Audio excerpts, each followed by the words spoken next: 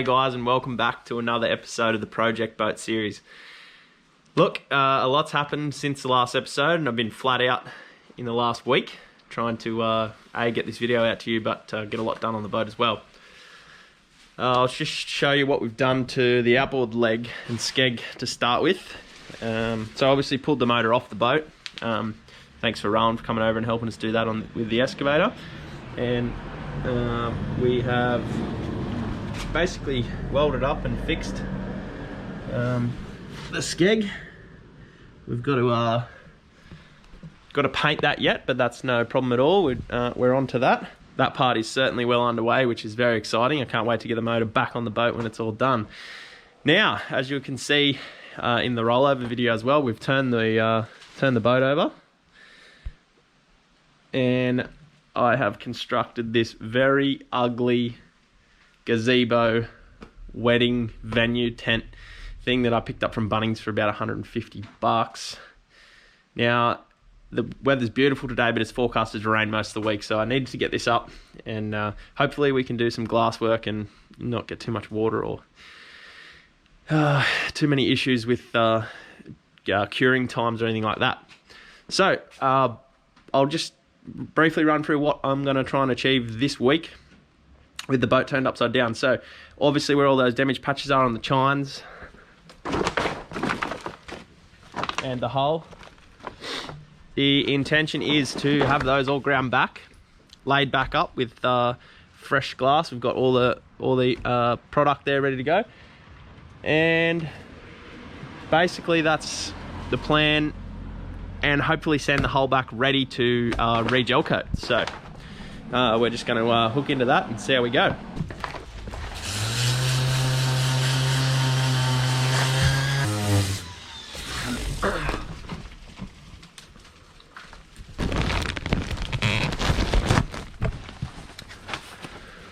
Well guys, as you can see, I've just started sanding.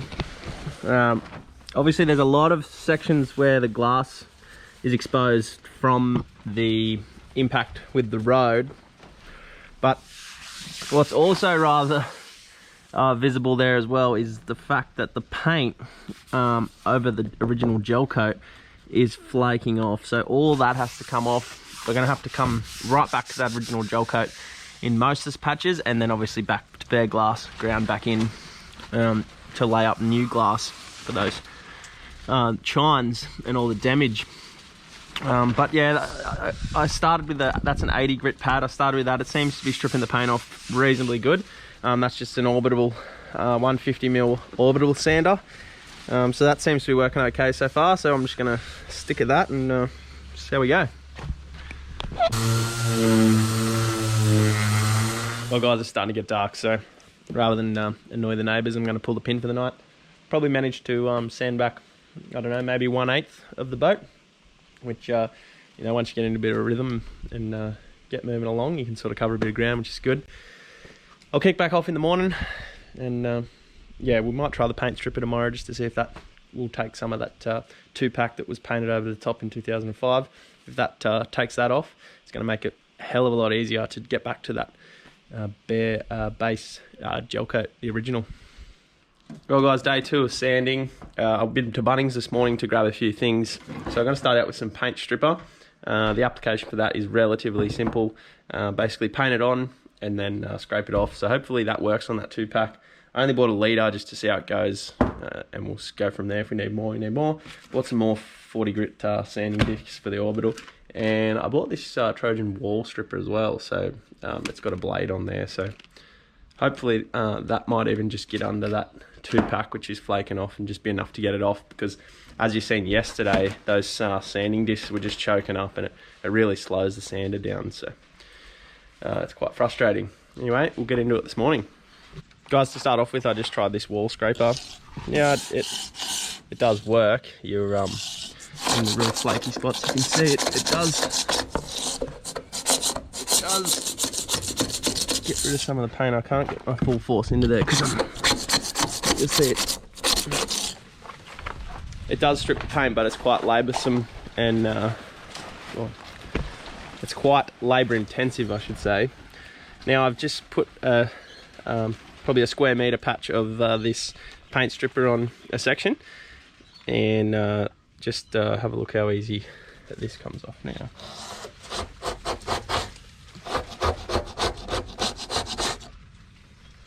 So I think going forward, I'm going to use that method, and then once I get all that the old 2-pack off the top of the boat, I'll be able to bite into that old gel coat in preparation for our re-gel coating of this boat. So I don't think I've explained to anyone yet that my intention is for the bottom of the hull to basically spray and sand back a gel coat layer back on the hull.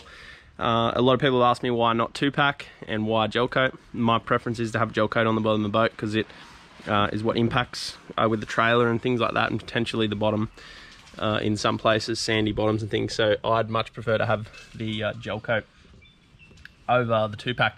We'll probably 2-pack the sides and maybe the top deck as well, but for the hull, it's something I've always wanted to give a go, which is spraying the gel coat and sanding it back down through the grades, polishing it back up. So we'll get stuck right into it. I'm just waiting for some of that paint remover, the paint stripper, to dry out and do its thing, and after that we just scrape it off. It's actually been a really good product. I've never used it before. It's actually working a treat. It's not keying up or affecting the gel coat underneath. It's really stripping that 2-pack paint off the top nicely. The only issue it does have is when it gets into the bare fiberglass. When it gets back to the bare fiberglass, it does react with it a little bit and makes it go a little bit slimy, but that's all right. We'll be grinding that out and laying new glass in there anyway, so I don't see any issues. And we'll make sure before we apply any product that this is going to get an awesome clean with acetone, cleaned right up and keyed up with the appropriate sandpaper prior to. So as you can see, we've got most of the hull on this starboard side of the boat all sanded back. It's just a little bit of paint stripping to go up the front there, and then we'll flip over to that the starboard side. It's coming along really good. I've probably been sanding for a total of, I'd say 2 hours yesterday and 3 hours today, so 5 hours, which, you know, it sounds daunting, but once you get into a bit of a routine and start going along, it you know, time passes really well. So far so good. So that's a 40 grit sand all the way back into what I believe is the base gel coat. You can see the orange under there, but it just feels too much like gel coat to not be, so I assume it was a 2-tone coloured boat originally.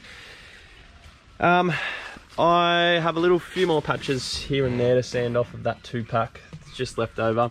As you can see up here, there's been a repair in the past on the boat, and the old owner did advise me that it was run into a lot of sandbars over the years where they used to live in Queensland because of the tidal range, and they had to get back in across shallow water all the time. So I believe that's the repair that he's done under there, which, yeah, it doesn't look too bad, and it should be sufficient, strong enough. But I'll probably grind back some edges and have a look in there.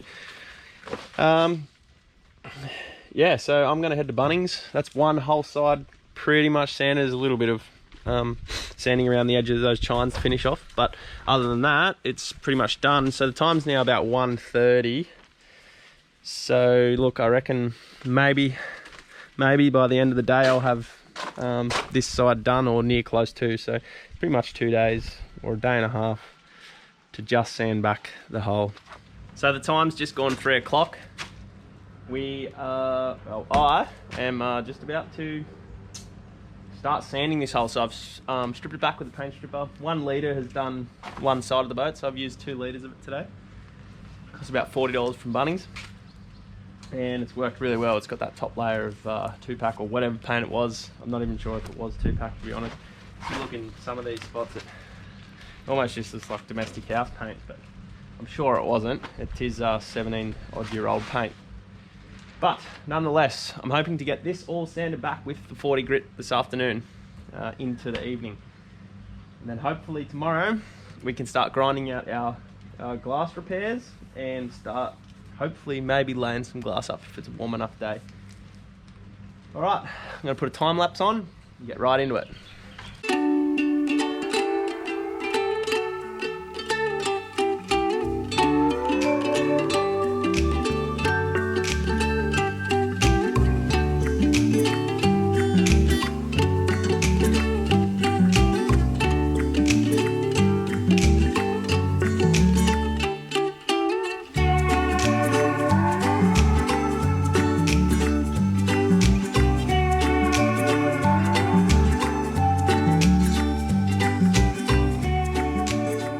Well, ladies and gents, the time's just gone 5:30.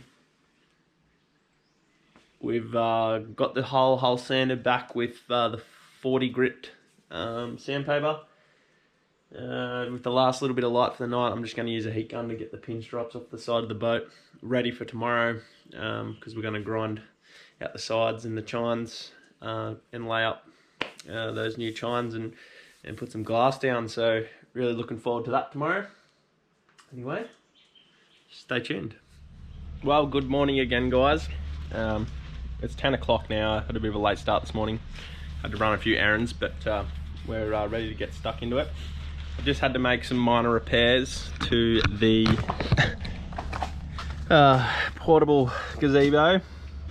The weather has been playing havoc on my temporary gazebo setup, so I've made some temporary repairs. Hopefully my boat building skills are going to be better than my repair job on the gazebo. Anyway, it's only temporary, so as long as it lasts this week or the next week and a half, and we can get this boat rolled back over after it's all gel coated, hopefully. All right, so today's plan, we're going to grind down these damaged sections of the chines and the hull, and basically prep them ready to try and hopefully lay some glass this afternoon. So the plan is, where the chines have been worn down, not so much this side, but the other side, there's some significant damage along there, particularly that inside chine there, ground all the way away. The plan will be to basically lay fiberglass chop strand mat and build up those chines again, and then I'm going to grind and reshape. So obviously, like similar to bogging, I want to build up that surface, get as close as I can, and then sand it back down without taking too much material off and reshaping.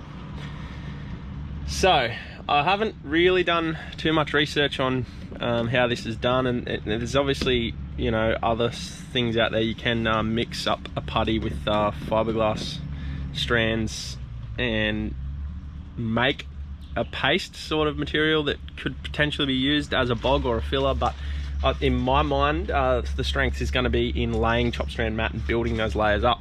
So with that in mind, I've just got a bit more sanding to do, and then we'll get stuck right into laying some glass. As you can see here, guys, the damage when the hull ran along the bottom here is, you know, in parts, you know, probably 5mm, up to 5mm sort of penetrations in the hull, and that's the main keel. So the plan here, well, and you can also see where an old fiberglass repair was done as well. Now, best practice, I think, for this situation is probably going to be to grind out this whole section, grind down where our gouges are, and lay it all back up again, and that's going to ensure maximum strength. And we'll have to bring this repair down over the back of the boat here, because as you can see there, you see it that well, but that's ground off. Well, I've already sanded that a little bit, but that was ground off obviously where this back part of the boat hit the road, and that obviously continues down the sides, a few chips and cracks and things here and there. So I think I'll start by grinding that off, and yeah, we'll go from there.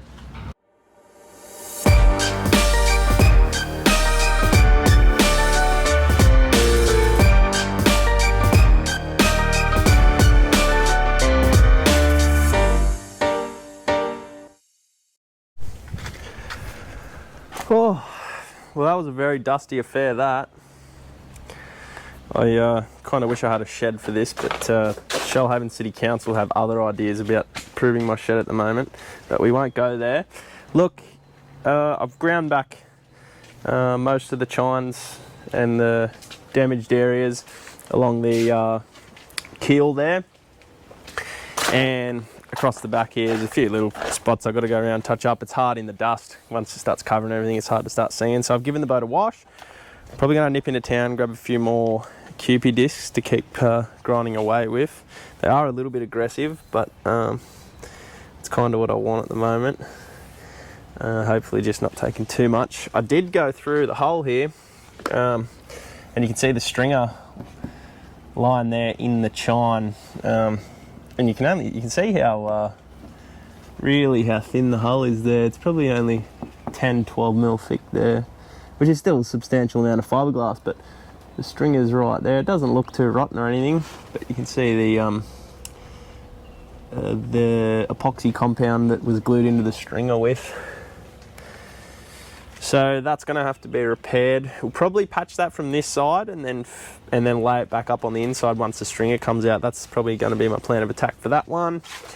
You can also see here where there's some hole penetrations happened in the past, and that's that repair on top there, all ground out, all the bogs out of it. So I'm going to lay some chop strand mat over the top of that and build that back up again, just to give it a bit more strength with chop strand. I've got to come in here and fix this little penetration at the front of the hole as well.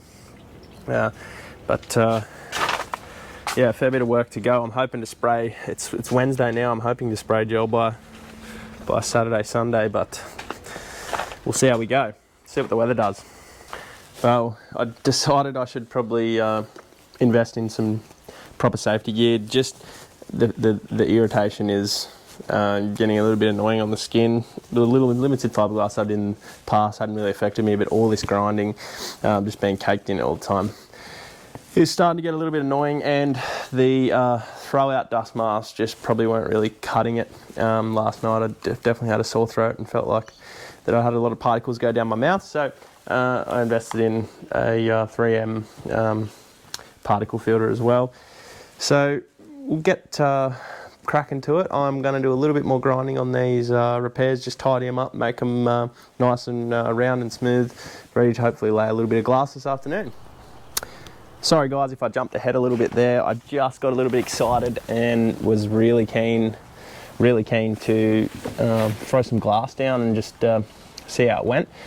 One of my mates, Pano, rocked up and we managed to get a few layers on.